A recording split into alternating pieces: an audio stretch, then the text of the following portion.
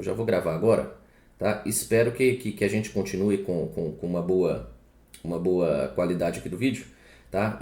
Foi bem lembrado, eu vou botar ele para gravar agora, tá? Beleza, e aí o que a gente pode fazer aqui, né? Eu vou subir no YouTube também, tá? Vou tentar baixar esse vídeo e subir ele direto no YouTube, tá? Beleza? Lá no meu canal. O pessoal tá agradecendo a disponibilidade, beleza? Pode ir perguntando aí que eu vou tentar responder um pouco de tudo, fechado? Olha só, primeira coisa, a Flaviane perguntou aqui das estruturas de mercado. Gente, estruturas de mercado vale sempre a gente revisar aquela super tabelinha que eu coloco para vocês, né, no curso presencial aí e tudo mais. Vamos colocar aqui, ó. Vamos colocar aqui, ó, estruturas de mercado. Estruturas de mercado. O que você tem que ir para a prova que você não pode, em hipótese alguma, deixar de lado, tá? Hipótese alguma. Vamos fazer uma tabelona aqui, tá? Fazer um tabelão. Eu vou colocar aqui de um lado, tá? De um lado eu vou botar aqui todas as estruturas. Então eu tenho aqui, ó, estrutura. Tá? Estrutura, temos algumas estruturas aí possíveis, né? Então tem a concorrência perfeita. Temos a concorrência perfeita. Temos a concorrência monopolística. Concorrência monopolística. Tá? Temos o oligopólio.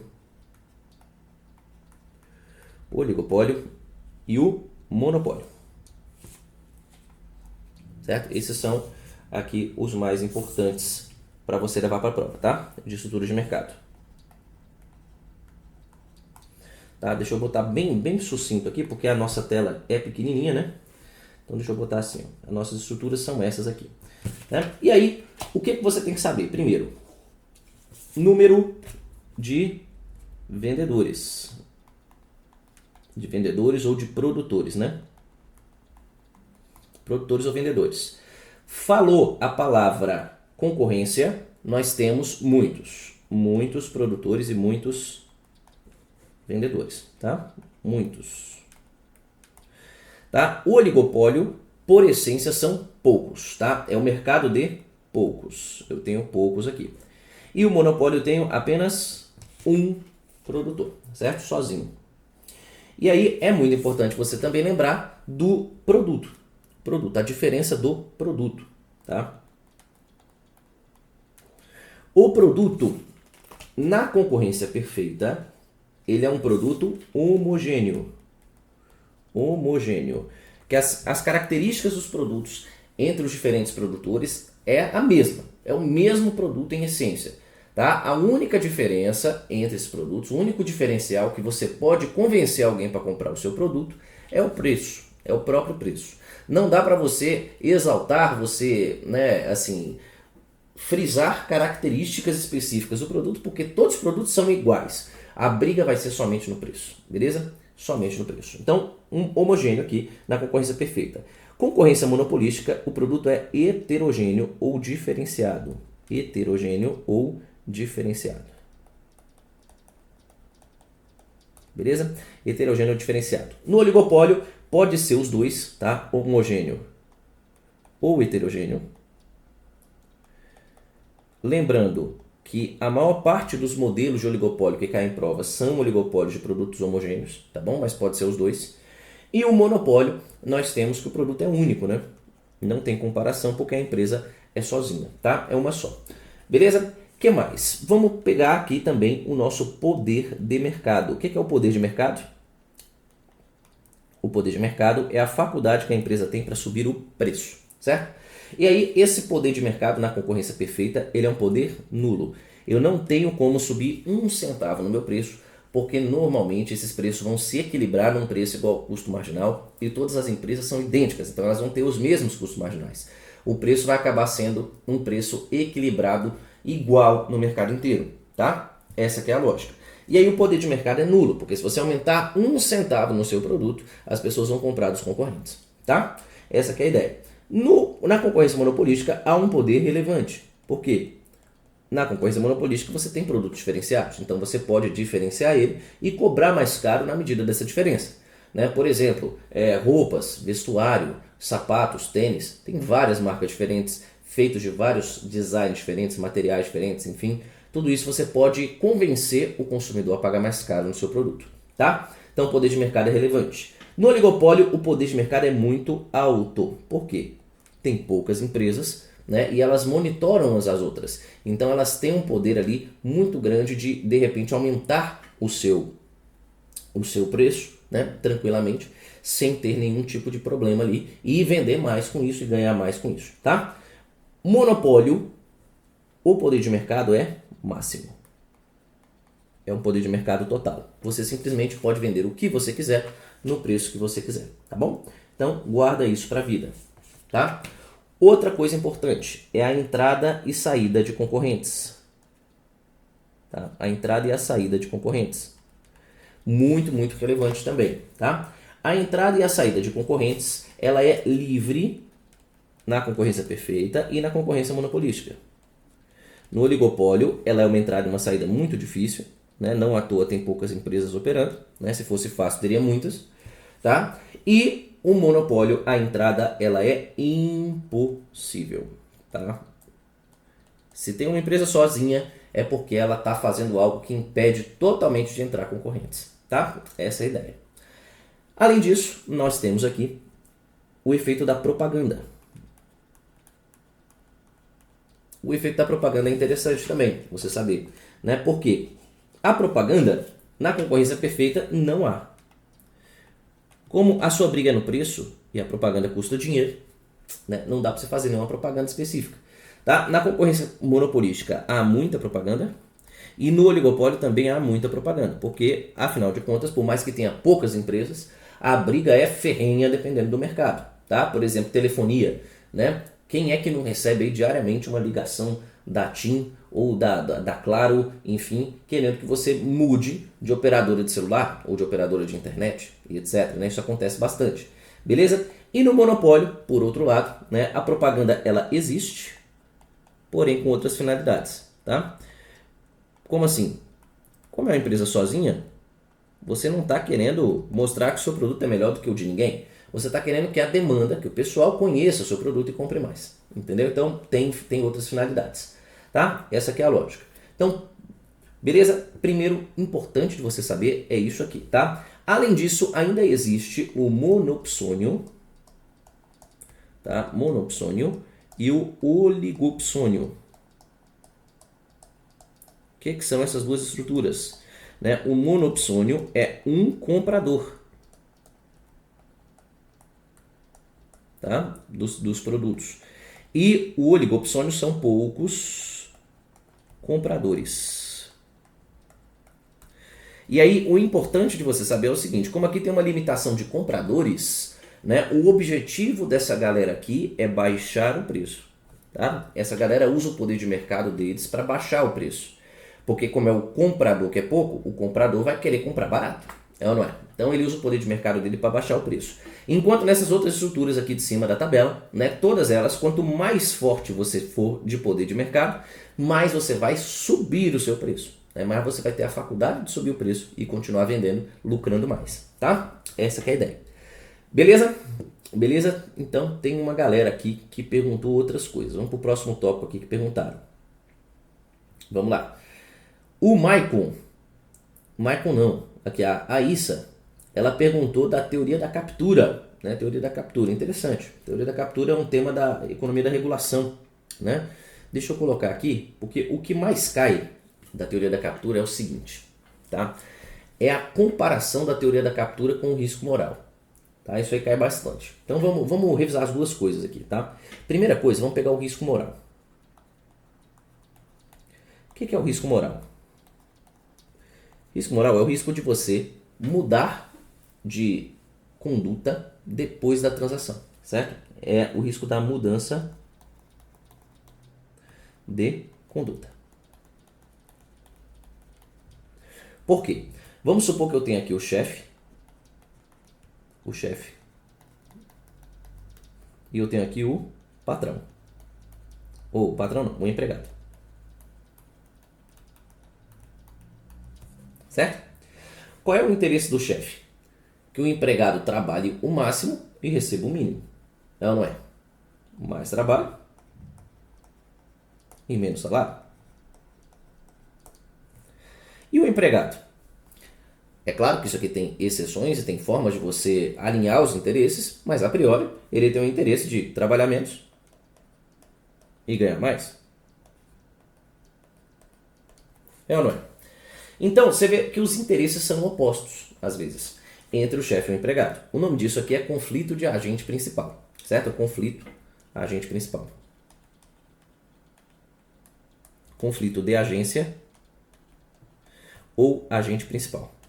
Beleza?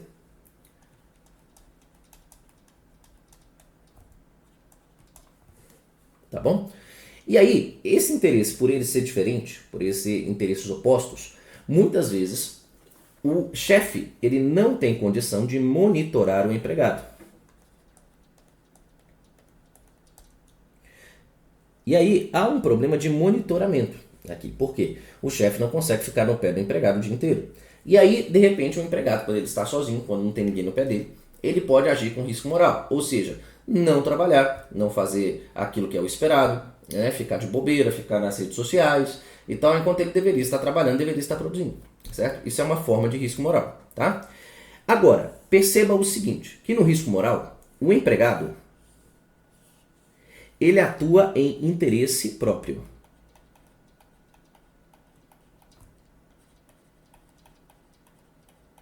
Tá? Ele atua em interesse próprio. Tá? Presta atenção nisso. Por quê? Porque no caso da teoria da captura é diferente. A teoria da captura é o seguinte. Você tem aqui o regulador. Tá? O regulador. Por exemplo, a ANP, Agência Nacional de Petróleo. E você tem aqui o regulado. O regulado. Por exemplo, a Petrobras. Beleza? A Petrobras. Em tese, o regulador deveria exigir as coisas do regulado. Né? Ele deveria exigir que o regulado cumprisse certas condições, cumprisse certas normas e etc. no interesse público. Isso deveria acontecer dessa forma. Mas o que acaba acontecendo? Acaba acontecendo uma ideia de que tem pessoas que trabalham no regulador aqui, né, que são os reguladores, e tem pessoas que são as reguladas. Né? E muitas vezes o regulador e o regulado, né, eles têm amizade pessoal, né? Porque todo mundo trabalha no mesmo setor, são pessoas que às vezes estudaram nas mesmas faculdades, né, são pessoas que cresceram juntos. Esse aqui é irmão desse, esse aqui é padrinho de casamento desse, esse aqui é amigo de infância desse, e aí vai. Né? Então já tem um certo problema aí para você observar que o interesse, um pode agir no interesse do outro. Atenção. No caso do risco moral, você age em interesse próprio e oposto ao principal, certo? Oposto ao principal. Agora, na teoria da captura, é o seguinte, muitas vezes a ANP, por exemplo, tem lá seus analistas, suas pessoas que trabalham lá, que ganham, suponha ali, os seus 18 mil reais por mês. Né? E na Petrobras nós temos lá uma galera que ganha os seus 40 mil reais por mês. Então esse cara pensa assim, eu quero mais é trabalhar para lá. Então eu quero criar condições para que essa empresa me veja como uma pessoa legal, uma pessoa positiva, porque eu posso trabalhar lá. Né? E aí tem toda a ideia da porta giratória. Né? Tem a teoria da porta giratória também. Que é o quê? Alguém sair de cá e vir para lá. Né? E aí o que acaba acontecendo? O regulador é capturado pelo regulado. Ou seja, o regulador age no interesse do regulado. Certo? Veja que não é um interesse próprio, é no interesse do regulado. Beleza? A captura é isso, é você atuar no interesse de outros, de terceiros. Tá? Separa muito bem isso aqui, porque muitas vezes isso é fonte de confusão em prova. Tá? Beleza? Show de bola? Então já matamos mais esse tópico aqui que o pessoal pediu, hein? Quem mais pediu coisa aqui? Vamos ver quem mais que pediu. O Anderson pediu a economia brasileira da década de 60 a 90. Pô, meu filho, aí você pediu, né? Você pediu pouco, né? Pediu pouco. 60 a 90, meu filho, é muita coisa, né? Muita coisa, né? Aí tem desde o JK até o regime militar inteiro, né? Planos de estabilização dos anos 80, né? Tem lá o plano real, tem tudo, né? É muita coisa, né? Muita coisa. Vamos tentar falar um tópico aqui que eu acho que sempre cai? Pode ser? Pode ser? Vem cá. Vamos falar um tópico. Deixa eu pegar aqui a economia brasileira. Vamos falar do plano real? Acho que o plano real é o que sempre cai, né? Porque se eu for falar de tudo, meu amigo, eu não vou esgotar o que você perguntou e não respondo pergunta mais nenhuma. Beleza? Vamos lá. Plano real. O que você tem que saber do plano real de diferente? Primeira coisa, que o plano real não foi uma ideia nova, tá? Essa ideia já tinha sido trazida por Sarney no começo do governo dele, lá em 85, tá? 85, 86 ali, tá? Ele era o que a gente chamava de proposta Larida, tá? Por que Larida? Porque ela foi proposta pelo André Lara Rezende e pelo Pércio Arida, que são dois dos economistas mais influentes aí do Brasil, tá? Que vira e mexe fazem parte de programas de governo, né? Vão no jornal dar entrevista, são colunistas de jornais e tal, dão suas opiniões e tudo mais, então são muito influentes. Desde essa época eles tinham, né, a sua influência, a sua proeminência dentro do meio econômico e já tinham trazido essa proposta para o governo. O problema é que ela era uma proposta cara e o governo não tinha dinheiro, certo? Basicamente era isso. Então o Sarney deixou de lado nessa época, tá? Agora, depois de todas aquelas tentativas frustradas que teve, plano cruzado, plano Bresser, plano verão e tudo mais, né? Veio Collor 1, Collor 2, né? Veio o plano real, né? O que era o plano real? O que era essa ideia da proposta Larida? Era a desindexação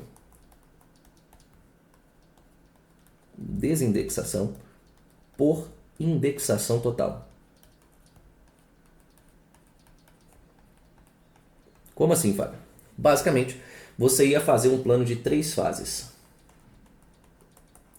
A primeira fase era só juntar dinheiro, tá? É uma fase que foi chamada de ajuste fiscal.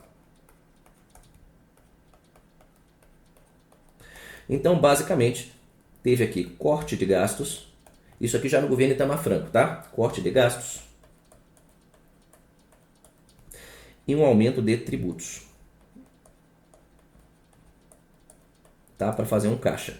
Beleza? O mais notório dessa época aqui do aumento de tributos foi o IPMF, o Imposto sobre Movimentações Financeiras, que depois virou a CPMF, tá? E aí a soma desses dois fatores aqui, o dinheiro que sobrava entrava no FSE, o chamado Fundo Social de Emergência, beleza? Então foi feito um fundo, né, uma grana guardada para depois executar a proposta do Plano Real, beleza? E aí vamos lá, a segunda fase, então a primeira foi do ajuste fiscal, certo? A segunda fase, ela foi a fase da acomodação dos preços relativos. Como a inflação era muito grande, tinha produtos que subiam de preço muito rápido, outros ficavam parados um tempo, depois subiam e tal. Então tinha sempre essa troca de coisas que ficavam mais caras do que outras o tempo todo. Então as pessoas não tinham uma noção muito boa de preços relativos, quanto que uma coisa custava com relação a outra. Porque você comprava uma coisa no mercado, você ia no outro dia, tudo aumentou, então outras coisas estavam mais caras do que tudo que você tinha visto no dia anterior. Enfim, não dava para você ter essa noção de preço relativo. Tá? E aí a lógica aqui foi a adoção da URV, da Unidade Real de Valor. Tá? E aí a URV ela seria pareada com $1, né? Certo? $1. E aí, como ela era pareada com $1, basicamente você começou a precificar todos os produtos em dólar, né? Basicamente isso. Claro que a URV ela não era exatamente o dólar, ela era ancorada ao dólar, então tinha algumas pequenas diferenças, mas eram diferenças minúsculas perto do tamanho da inflação e do problema que a gente tinha, tá? E aí teve a URV convivendo com o Cruzeiro Real, tá? Com o Cruzeiro Real. Cruzeiro Real. E o Cruzeiro Real, ele de fato sofria inflação, perdia valor diariamente, tá? E aí o que as pessoas começaram a fazer? Aos poucos elas começaram a pensar nos preços em URV e não em Cruzeiro Real, porque o preço em URV era um preço estável, era um preço estático. E aí você começou a ter noção de preços relativos das coisas, certo? O quanto que uma carne custa com relação ao frango, por exemplo, entendeu? Porque o preço em URV não mudava. E aí as pessoas começaram a precificar as coisas em URV e simplesmente fazer a conversão para Cruzeiro Real no caixa na hora de pagar. Entendeu? Então teve essa transição, foi uma transição que durou ali uns 3, 4 meses, tá? E aí depois você teve a terceira fase, que foi a reforma monetária.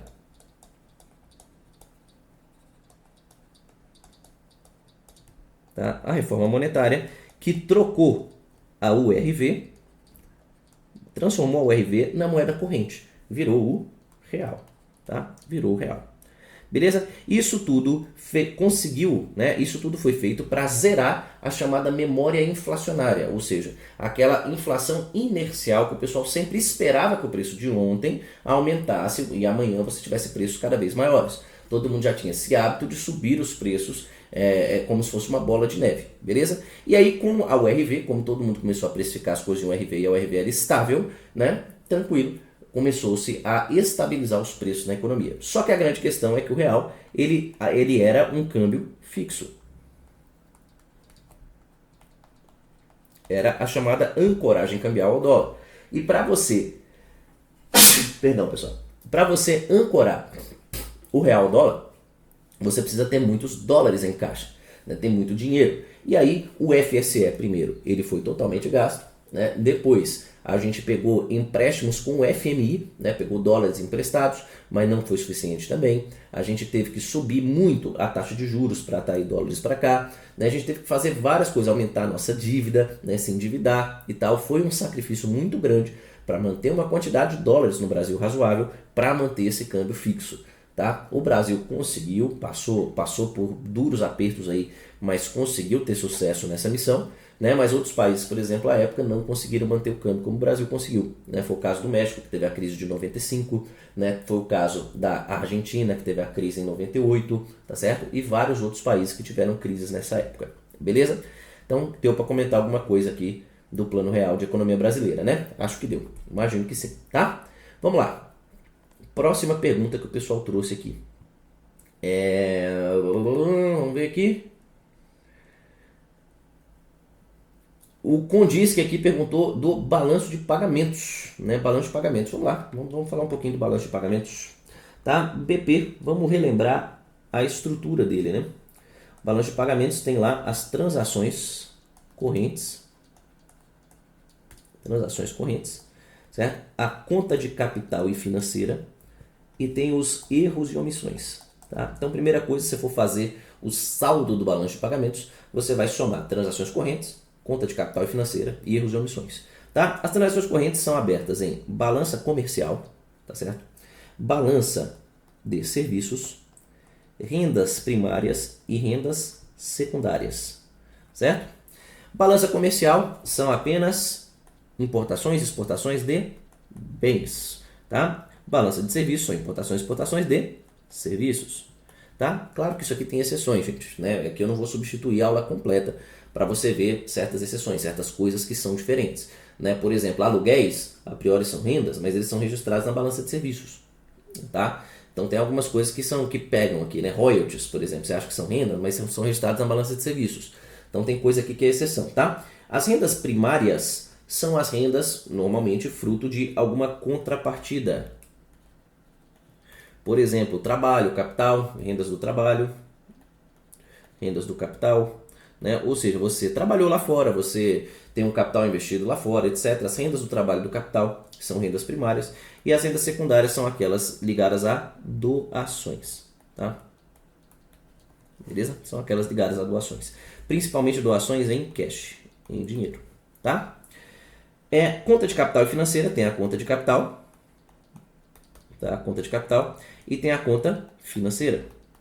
A conta de capital é bem pequenininha e ela tem, né, apenas as transações com bens não produzidos, vamos botar aqui, ó, bens não produzidos, tá? Não financeiros. Né? Porque se fosse produzido, estaria nas transações correntes e se fosse financeiro, estaria na conta financeira. Beleza? Basicamente hoje, o que a gente registra aqui?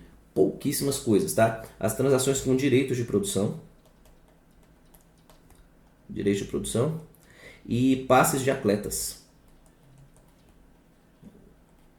tá? direito também de venda, de compra e venda de atletas, tá?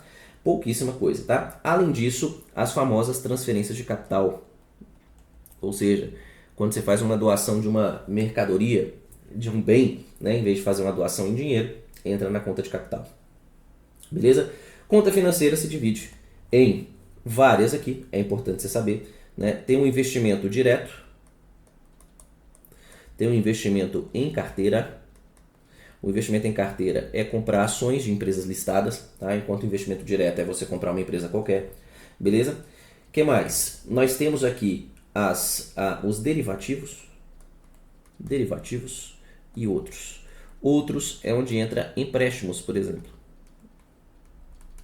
Principalmente os empréstimos que a gente chama de empréstimos de regularização, que são empréstimos com organismos internacionais, tá? Empréstimo com o FMI, por exemplo, entra na rubrica outros da conta financeira.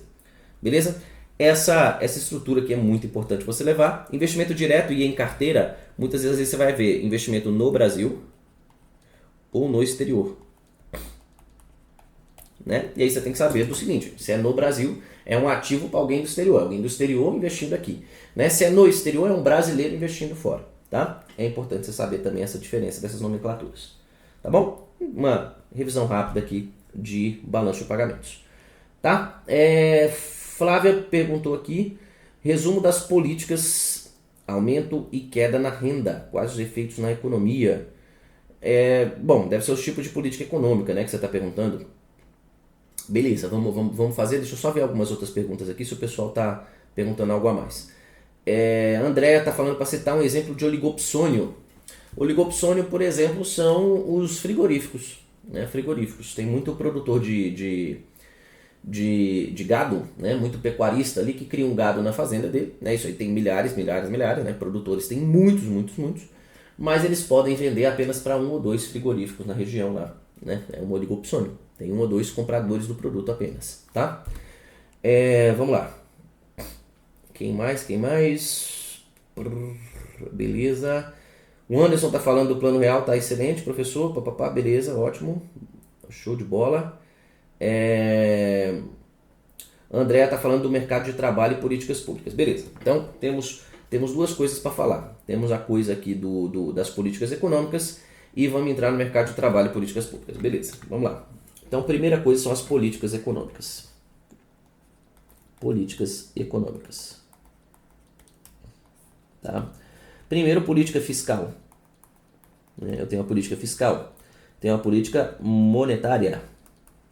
Tá? Tenho a política cambial. Tenho a política comercial. E tem também, né, os livros às vezes trazem política salarial, enfim, outras políticas por aí. Beleza? Mas vamos lá, vamos falar primeiro dessas aqui. Né? Política fiscal, pessoal, é o quê? É a gestão do orçamento público. Tá? Gestão do orçamento público. Quem é o órgão central da política fiscal no Brasil, né? É o Tesouro Nacional. Tá? É o Tesouro Nacional. Você pode falar assim, poxa, Fábio, não é a SOF, não? Não, porque a SOF, o orçamento em si, é uma autorização de gasto. Tá? A política fiscal ela é realizada no momento da execução orçamentária. Tá? Então você que veio de AFO aí, né? A política fiscal ela é executada no momento da execução orçamentária. Tá? No momento que o gasto é efetivamente realizado ou a receita é efetivamente realizada. Tá bom? E a política fiscal, ela tem 2 instrumentos, tá? Que são os tributos e os gastos do governo. Tá?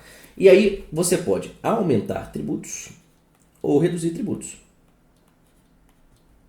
E você pode também aumentar gastos ou reduzir gastos. Tá? Ou reduzir gastos.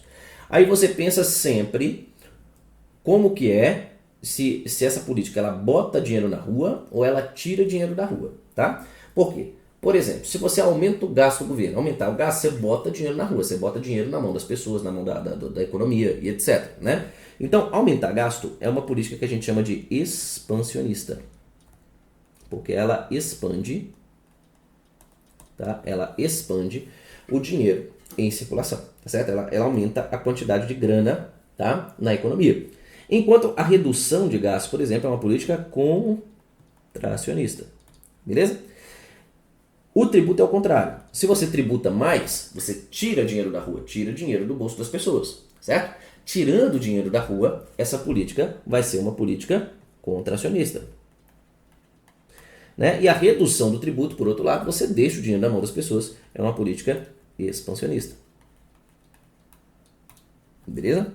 É uma política expansionista. Tá? A política monetária, por outro lado, ela é a gestão da moeda em circulação, diretamente. Moeda em circulação. Tá? E tem vários instrumentos de política monetária. Tá? Vou botar assim, instrumentos. E aí, por exemplo, eu não posso deixar de citar, gente, né, esse tipo de revisão, né, porque tem coisa aqui que eu vou explicar muito rápido, né, e de repente você não vai conseguir pegar. Né? Mas aí a minha dica que eu dou sempre, né, vai lá na Passaraí, né?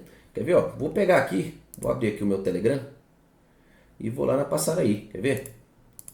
Deixa eu até abrir aqui, vou mostrar para você ao vivaço, né? Aqui, ó, Passaraí. Por exemplo, vai na Passaraí assim, bota assim, ó, me explique os instrumentos de política monetária. Olha lá, me explique os instrumentos de política monetária. Quais são os instrumentos de política monetária, por exemplo? Né? Então vamos lá. Ó, olha só que interessante.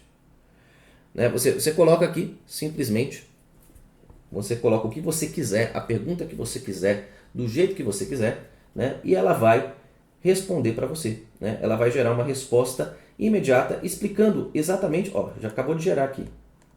Acabou de gerar a resposta. Tá? Direto no Telegram, direto no seu aplicativo de mensagem. Tá?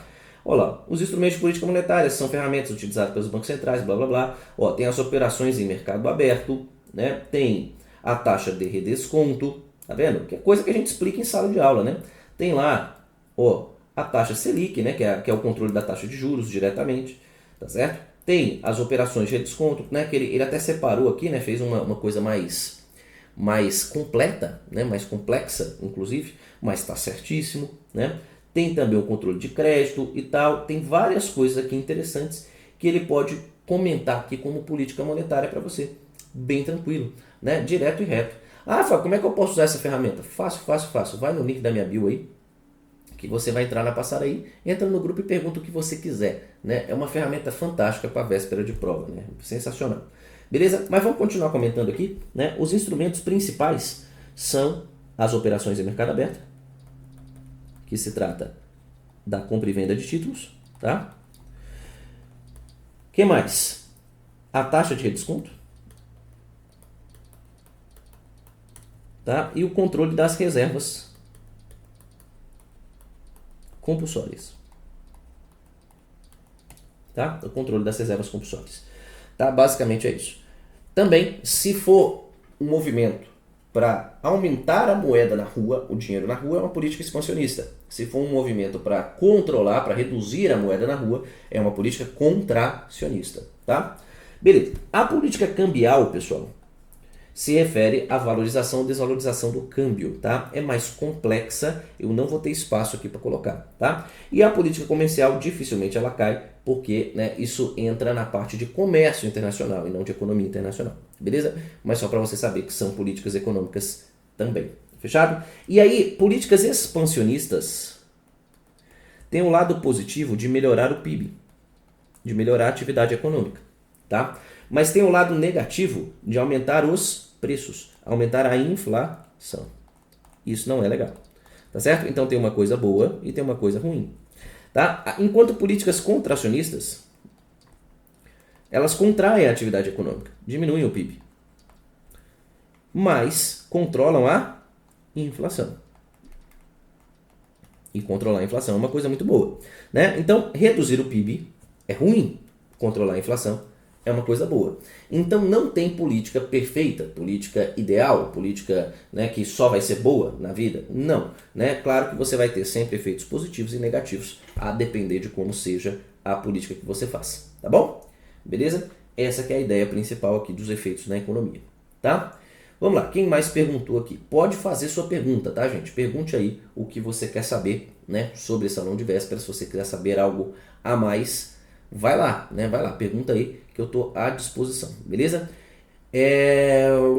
Vamos lá, políticas de mercado de trabalho, né? Provavelmente você que está estudando a parte de economia do trabalho, né? Então vamos falar um pouquinho aqui do nosso mercado de trabalho brasileiro. Coisas importantes aqui, tá? Primeiro eu queria falar o seguinte. Vamos trazer aquela ideia dos custos das empresas. Tá? Eu acho que isso aqui é muito importante, né? Falar algumas coisas de economia do trabalho aqui, né? Eu fiquei de falar no começo e não falei até agora, né? Por exemplo, os custos salariais e os custos não salariais das empresas, tá certo? O que é um custo salariais? É o próprio salário. Isso aqui é fácil, né? Custo salarial, o próprio salário. Custos não salariais se referem muito à seleção de profissionais e treinamento.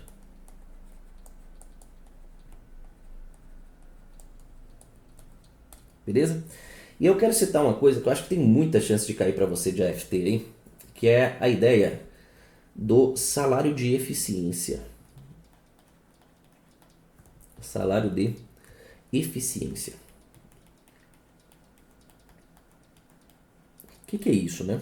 O que é isso? O que é um salário de eficiência? É um salário acima da média do mercado.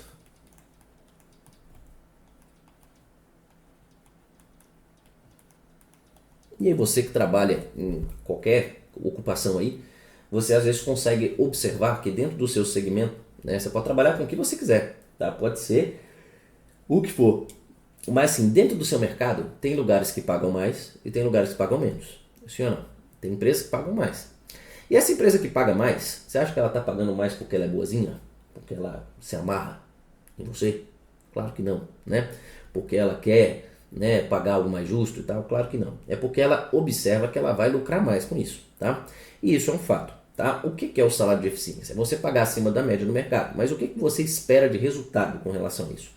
Né? Você espera algumas coisas. Por exemplo, tá? Uma maior motivação do trabalhador. Claro, porque se você trabalha em um determinado mercado e você percebe que você está ganhando acima de todo mundo, você está ganhando mais do que todo mundo, você se sente mais valorizado, né? E a pessoa que se sente valorizada, ela se sente motivada para entregar mais para o trabalho, né? Essa é uma motivação positiva, mas pode vir uma motivação até pelo lado negativo, porque todo mundo quer trabalhar na posição que você está, né? Todo mundo quer a sua cabeça. Então, se você enrolar, se você mandar mal no seu trabalho ali, de repente você vai perder aquela ocupação boa e não vai encontrar outra que pague tão bem, né? Então, melhora essa motivação de uma forma ou de outra para você trabalhar bem, né? Outra coisa, você vai atrair trabalhadores de maior qualificação. Claro, se você paga os melhores salários no mercado, você vai atrair as melhores pessoas do mercado, as que têm a melhor qualificação, né? E essas que têm a melhor qualificação, espera-se que ela tenha também uma maior produtividade. Né? Tem várias teorias do trabalho que afirmam que a qualificação do trabalhador ela é sim diretamente proporcional, ou até mais do que proporcional, ao resultado em termos de produtividade, tá certo? Então isso vem da teoria do capital humano, por exemplo, de você investir e pagar cursos, faculdade, pós-graduação e etc. para os seus funcionários, né? Pode acontecer também. Beleza? Então a melhoria da qualificação da sua mão de obra. Outra coisa é uma menor rotatividade. Claro, se você também paga mais, as pessoas vão rodar menos, né? Essa é uma redução da rotatividade. Outra coisa também é você reduzir o seu risco moral. Já explicamos o que é risco moral, né? A redução do risco moral é o quê? É basicamente você ter pessoas que não vão, né, enrolar nas suas costas, né? As pessoas vão continuar trabalhando bem e etc, né? Então, essa redução do risco moral, redução da rotatividade e tal, isso se traduz em menores custos de seleção, tá? Menores custos de seleção, tá? Se você tem alguém mais qualificado, já tem uma qualificação, você reduz custos de treinamento. Ou seja, você paga um salário mais alto porque você vai economizar em custos não salariais. Entende a ideia? Então, aumenta-se esse cara aqui, o salarial, para reduzir o não salarial, tá? E normalmente, onde que isso aqui acontece, né? Você ter ali, tem determinadas atividades que as pessoas optam por pagar o salário de eficiência, que as empresas optam por pagar o salário de eficiência, né? Mas tem atividades que não, que as empresas pagam salários baixos, mas gastam bastante com seleção e treinamento, né? Acontece muito, né? O principal fator aqui é a padronização da atividade, tá? A padronização da atividade. Não significa necessariamente, claro que tem uma certa relação, mas não significa necessariamente que é uma atividade mais simples. Não necessariamente, tá? Mas é uma atividade mais padronizada. Por exemplo, a atividade de vendedor. É uma atividade que eu particularmente considero ela bastante difícil e desafiadora. Mas ela é uma atividade padronizada. Você pode atuar como vendedor de qualquer produto que o tipo de atitude, o tipo de competência que você tem que desenvolver, o tipo de atenção que você tem que desenvolver com o cliente e etc., tem um certo padrão, certo? Um certo padrão de qualidade ali que você tem que atingir como vendedor, né? Então, a profissão de vendedor, muitas vezes, se uma empresa quer contratar um vendedor, ela vai pagar salários mais baixos, pelo menos no início, tá certo? Na contratação, no ato da contratação, ela vai pagar salários mais baixos, porém, ela vai investir na seleção e no treinamento, né? Tem muitas empresas que fazem constantes treinamentos de vendedores, certo? Ela vai gastar muito com isso, porque a atividade de vendedor é mais padronizada, né? Então, por exemplo, a atividade, vamos supor, de uma empresa de vigilância, né? Vigilância. A vigilância também é uma atividade, de certa forma, padronizada. Independentemente de onde você esteja, você precisa ter competências semelhantes, né? Então, a atividade de vigilante, por exemplo, você vai receber salários mais baixos, mas também você vai ter, né, seleção e treinamento ali rigorosos, né? Então, atividades que têm um maior grau de padronização, né, na economia do trabalho, elas tendem as empresas a focar em ter salários mais baixos, custos salariais mais baixos, porém custos não salariais mais altos. Agora, atividades que não têm um padrão, atividade que você tem que ter alguém ali para se virar, né, para resolver o problema da empresa de uma forma ali criativa, de uma forma proativa e etc., que não tem um padrão, muitas vezes você vai contratar uma pessoa com um salário mais alto, que já venha pronta, que já venha experiente de outras empresas do mercado, etc., que já venha experiente, mas você vai gastar menos com seleção e treinamento. Então você opta por pagar o salário de eficiência. Então, quero contratar um gerente para minha empresa, quero contratar um diretor, quero contratar um CEO e etc. Ali você procura o currículo da pessoa, as competências que ela tem, o que ela já fez, o que ela já se virou e etc., porque é imprevisível o fluxo de trabalho que vai vir mais para frente. Dessa forma, você vai pagar o salário de eficiência em vez de ter custos de seleção e treinamento. Correto? Beleza? Essa ideia é bastante interessante. Outra coisa da economia do trabalho que é interessante a gente citar é o seguinte. Vamos colocar aqui, né, algo que algumas outras coisas, né? A teoria do capital humano, como eu já falei. Capital humano é você investir na qualificação do seu funcionário, certo? Antigamente, nas teorias econômicas mais antigas, você simplesmente contratava o trabalhador já pronto, tá certo? E investia mais no capital, tá? A teoria do capital humano trocou isso. Por quê? Porque em vez de você só investir em máquinas, equipamentos e etc., algumas empresas observaram que o investimento nas pessoas dava mais resultado do que o investimento em máquinas e equipamentos, tá certo? Então você começou a ter, né, uma maior qualificação do trabalhador. Tá? Agora, claro que essa qualificação ela é voltada para a atividade do trabalho que você vai desempenhar. Então, é para o trabalho. Não é uma qualificação voltada para a cidadania, voltada para você, né, ter consciência social, para você entender o teu país, a política e etc. Não. É voltada para a atividade específica do seu trabalho. É você entender dos sistemas de trabalho, você entender das coisas do trabalho para você fazer. Beleza? Tanto que ela é criticada pela sociologia do trabalho, porque na sociologia do trabalho você tem toda a competência humana, né? Toda a lógica humana do ensino, né? Que é você formar cidadãos, formar pessoas conscientes, etc. Aqui não é o objetivo da teoria do capital humano. Isso aqui é você formar pessoas para a produção, tá certo? Beleza. E aí, assim, a qualificação do trabalho é para a atividade, tá certo? E ela é específica. O mais específica possível, tá certo? Então, eu vou fazer um treinamento para mexer nos sistemas da empresa.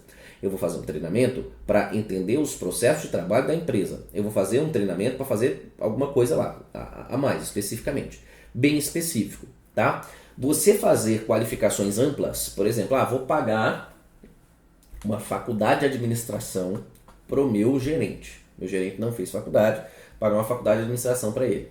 Isso acontece? Acontece. Gera resultado? Gera. Só que o problema é o seguinte, que a pessoa que se forma em administração, ela pode trabalhar em qualquer empresa. E o que acaba acontecendo? A empresa gasta uma grana na qualificação do cara, e o cara simplesmente, depois que se forma, ele vai embora. Ele dá tchau para a empresa, vai trabalhar em outra com salário mais alto, né? Acontece bastante. Então, as empresas acabam optando pela especificidade, não porque a formação ampla não dá resultado. Ela dá resultado, mas ela faz com que as pessoas tenham o estímulo de simplesmente ir embora. A empresa teve aquele custo grande com a qualificação e esse custo não retornou para a empresa, entende? Então tem toda essa questão também, tá? Vou comentar outra coisa também, que é a questão do salário mínimo. Questão do salário mínimo. E aí é bom entender o seguinte, né? Eu tenho aqui o salário e aqui eu tenho a mão de obra. Tá? Salário e mão de obra. Então, por exemplo, você tem lá, aqui a oferta de mão de obra e aqui a demanda por mão de obra, tá certo? Se o mercado estiver livre, né, a gente já sabe que sempre há aquela liberdade de oferta e demanda, certo? Aquela liberdade entre a oferta e a demanda. Então, se você tiver um mercado livre, o mercado se equilibra no ponto de encontro entre a oferta e a demanda. Então, você vai ter um determinado salário e você vai ter uma determinada quantidade de pessoas aqui trabalhando. Beleza? Só que o que acontece? Às vezes os mercados, principalmente mercados em que a mão de obra é pouco qualificada, tem uma qualificação baixa, como é o caso do Brasil, né? Acaba que o salário fica muito baixo também, porque, né, para você contratar pessoas de baixa qualificação, né, você vai pagar pouco, né, porque a pessoa retorna pouco, entende? Então, assim, mercados como o Brasil, acaba que esse salário de equilíbrio aqui é um salário muito baixo. E aí o que acontece? O pessoal institui a medida do salário mínimo. Por exemplo, ela bota um salário mais alto aqui e diz que esse aqui é o mínimo, certo? E o mínimo, ele não pode, ele é mais alto do que aquele salário de equilíbrio do mercado, né? Se o salário de equilíbrio do mercado for mais alto do que o mínimo, nem faz sentido você instituir um salário mínimo nessa situação, né? Porque o mercado vai pagar o salário dele de equilíbrio, certo? O que acontece? Você bota lá o salário mínimo. O que vai acontecer nesse caso, né? Você vai ter, claro que se você está pagando mais, vai ter mais gente querendo trabalhar por salários mais altos, né? Então a oferta aumenta. A oferta de mão de obra aumenta. As pessoas vão ofertar mais a mão de obra, vão querer trabalhar mais aquele preço, né? Porque é um preço mais alto. Beleza? Agora, como é um custo mais alto para as empresas vão ter que gastar mais e acabam contratando menos. Então a demanda é menor, tá? A demanda é menor aqui, né? Aqui é a demanda por mão de obra e aqui é a oferta. O que acaba acontecendo? Na instituição do salário mínimo, há um excesso de oferta de mão de obra, tá certo? O que é o excesso de oferta? É o popular desemprego, né? O popular desemprego.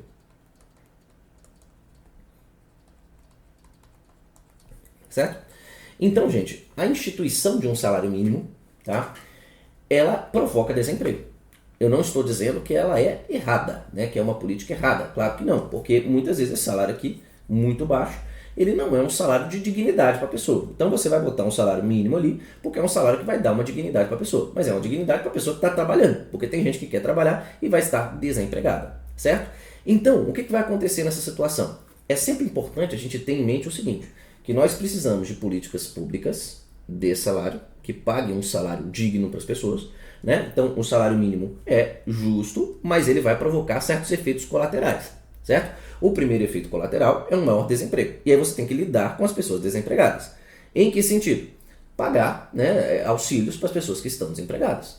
Né? Por exemplo, você ter, né, as pessoas desempregadas terem acesso a determinadas políticas públicas que mantenham certa dignidade para ela, mesmo que ela não esteja trabalhando. Ok? Isso é uma parte. Outra parte é o seguinte, é políticas que dêem uma qualificação para essa pessoa. Porque quanto mais qualificada ela for, mais o trabalho dela vai valer. Mais o trabalho dela vai ter qualidade, vai ter um valor agregado no trabalho que vai permitir que você receba mais. Entendeu a ideia? Então, quanto mais qualificado você é, mais elegível você fica para conseguir uma vaga de emprego.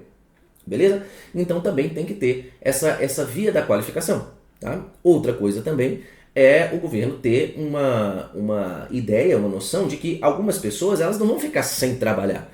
Elas simplesmente vão para a informalidade. Certo? E a informalidade no Brasil ela é gigantesca. Né? Ela é mais ou menos, o mercado de trabalho é mais ou menos 50-50, metade formal, metade informal.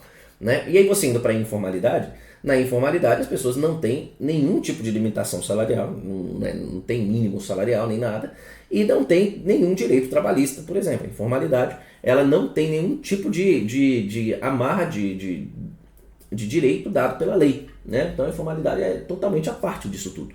Né? Então, é claro que tem que ter políticas também para os informais e também para a formalização desse trabalho. Beleza? É importante você ter essas palavras-chave em mente, porque pode ser que isso caia em prova também. Beleza? Vamos lá. Quem mais está perguntando as coisas aqui? Parará. O Anderson perguntou aqui, professor, se for possível, comente o que tem mais chances de cair sobre tributação e carga tributária. Né? Vamos ver lá. Tributação e carga tributária.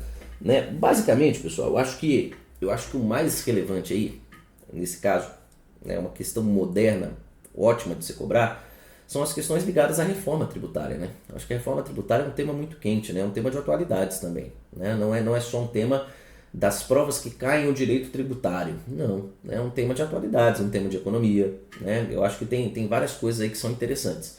Né? Eu acho que dá pra gente comentar alguma coisa da reforma tributária. Né? O que vocês acham? É interessante, né? Interessante. Então vamos comentar aqui um pouquinho. Da reforma tributária. Aqui é uma questão mais de atualidades, tá? Eu vou usar um pouco do meu conhecimento econômico aqui, mas não necessariamente vai cair dentro de economia, tá? Pode ser que caia dentro de qualquer tema aí da prova, textos motivadores da prova, enfim, né? Pode cair alguma coisa interdisciplinar, né? Eu posso comentar porque a reforma tributária, quando ela transitou no Senado, eu fui um dos consultores que trabalhou no parecer do relator e que fez alguns trabalhos específicos da reforma. Eu estou bastante por dentro do tema, por mais que nem seja uma matéria tanto de economia assim.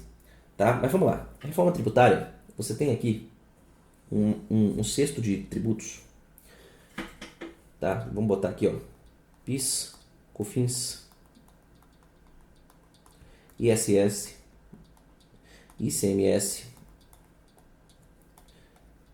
IPI. Tá certo? Claro que tem exceções, beleza? Mas esses tributos aqui eles vão ser extintos, tá? Vão ser extintos e vão dar origem a o IBS, tá? O IBS e a CBS. Tá? O que é o IBS? É o Imposto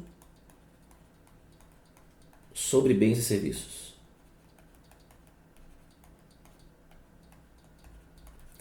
E a CBS é a Contribuição sobre Bens e Serviços. Tá? A CBS ele é um imposto de competência da União. Tá? Então a União que vai instituir, arrecadar e tudo mais, né, que vai ter a gestão sobre esse produto, então, sobre esse imposto. Tá certo? A ideia da CBS, a lógica da CBS, tá, é você congregar aqui principalmente o PIS e COFINS. Tá? O PIS e COFINS que vai vir para cá, né? Como se fosse. Tá bom? Na verdade, a reforma ela extingue os 5 e cria os 2. Tá? Mas assim, a lógica por trás dela é que a CBS substitua o PIS e a COFINS. Beleza? E aí qual é a lógica? Né? A primeira lógica que é a simplicidade. Hoje no Brasil, Cada um desses tributos aqui tem milhares e milhares de regras específicas, tá? Regras de incidência, regras de não incidência, né? E aí fica aquela coisa, aquela loucura, né? Aquela coisa absurda que tem no Brasil, que produtos específicos incidem uma alíquota X, aí depois outro incide uma alíquota Y, né? Sei lá, chocolate incide X, aí cereais incide Y, aí uma barra de cereal com chocolate, você não sabe se você bota a alíquota do cereal ou a alíquota do chocolate, né? Aí fica aquela disputa judicial absurda, um negócio durando aí décadas, né? E tá um contencioso enorme no Brasil, exatamente por conta de todas essas regrinhas específicas e de todas essas interpretações, né? Então, o primeiro tópico é a simplicidade, porque o IBS e a CBS vão ser de competência ampla, vão ser sobre todos os bens e todos os serviços, tá certo? E com uma legislação única, tá? Legislação única. Aqui, por exemplo, ISS, como ele é de competência municipal, a gente tem mais de 5.500 normas municipais de ISS. Cada um dos municípios tem pelo menos uma norma instituidora de ISS, tá certo?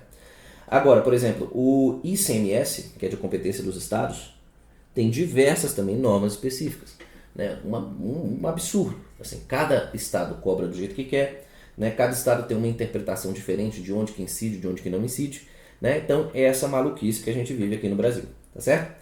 E aí, agora não, tá? Agora não. Agora a gente vai ter legislações unificadas. Legislações unificadas.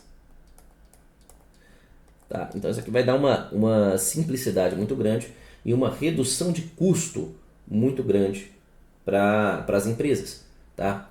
Para o cálculo do tributo, para o pagamento do tributo, tá? E além disso, ele é de ampla compensação, tá? Compensação. Como assim? Por exemplo, se eu estou produzindo aqui aula de concurso e na minha aula eu recolho imposto, certo? Se eu recolho imposto, eu posso pegar tudo aquilo que eu utilizo na confecção da minha aula. Por exemplo, eu comprei aqui uma câmera, eu comprei aqui uma lousa digital e etc.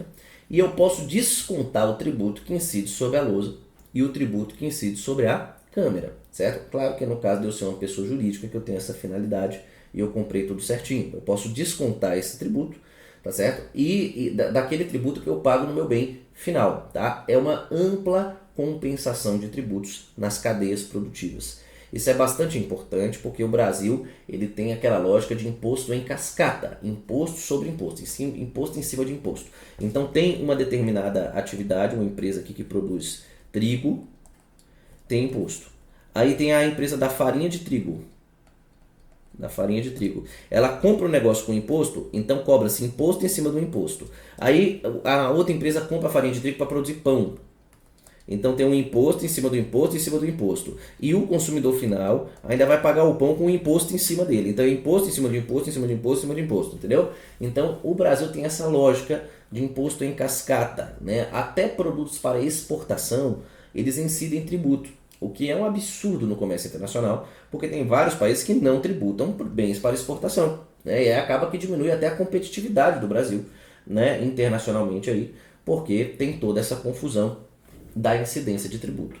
Agora, a compensação tributária será ampla. Em todas as etapas da cadeia você vai poder compensar aquilo que você usou, tanto de bens quanto de serviços. Isso é bastante interessante, porque uma empresa de serviços ela não podia compensar em bens e vice-versa, porque eram tributos diferentes, né? O imposto sobre serviços é o ISS, o imposto sobre os bens é incide ICMS e IPI, entendeu? Então assim, isso aqui vai facilitar muito, tá? Agora, a reforma tributária, ela tem aquela lógica, né, a reforma específica dessa aqui que eu estou falando, ela tem aquela lógica de manutenção da carga tributária.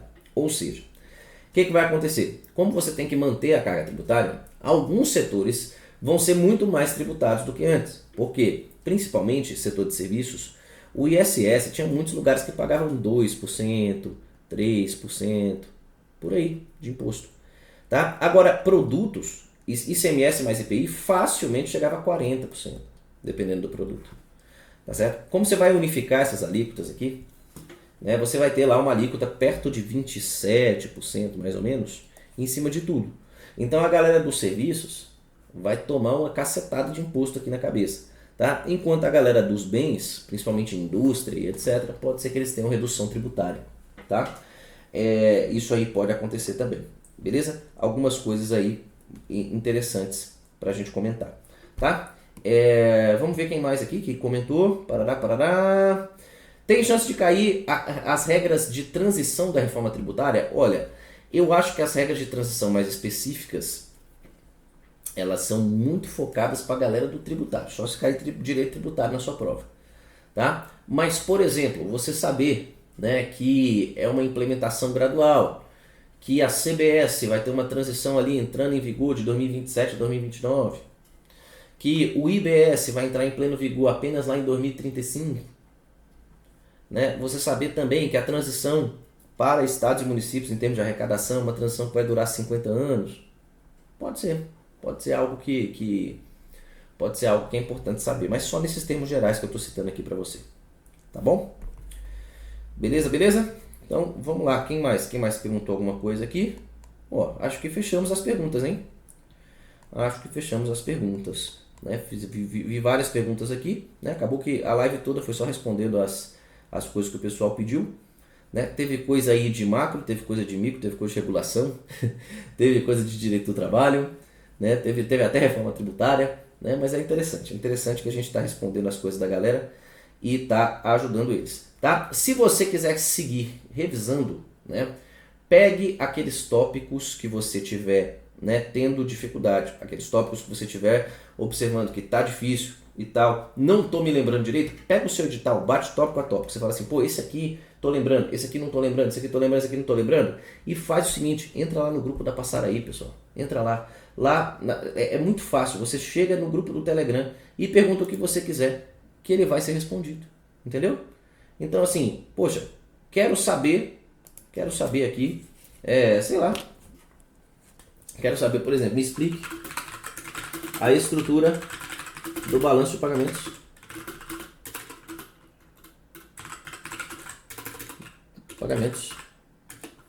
Rapidinho, pessoal, rapidinho. Ele vai explicar, tá? E aí, basta você entrar lá no Passaraí, passar.ai, beleza? Passar.ai, tá? Segue a gente no Instagram também, tá certo? Eu tô capitaneando aqui essa ideia, que eu acho que vai ser um diferencial muito grande para quem começar a utilizar isso aqui no dia a dia, tá? Porque você vai poder tirar dúvidas em tempo real, a qualquer momento, tá? Com uma qualidade muito grande, né? Gerado por inteligência artificial. A inteligência artificial tem tido resultados fantásticos, tá certo? E a gente tem que aproveitar disso, né, nos nossos estudos. Beleza, gente? Então basta você seguir lá, tá? Entra no grupo e siga as suas revisões, né? Hoje é dia de revisar, é dia de recapitular os temas que estão meio nebulosos, tá? Você pode perguntar lá com as suas palavras, do seu jeito, que você vai tirar um conteúdo legal para você. Beleza, gente? Então eu fico por aqui.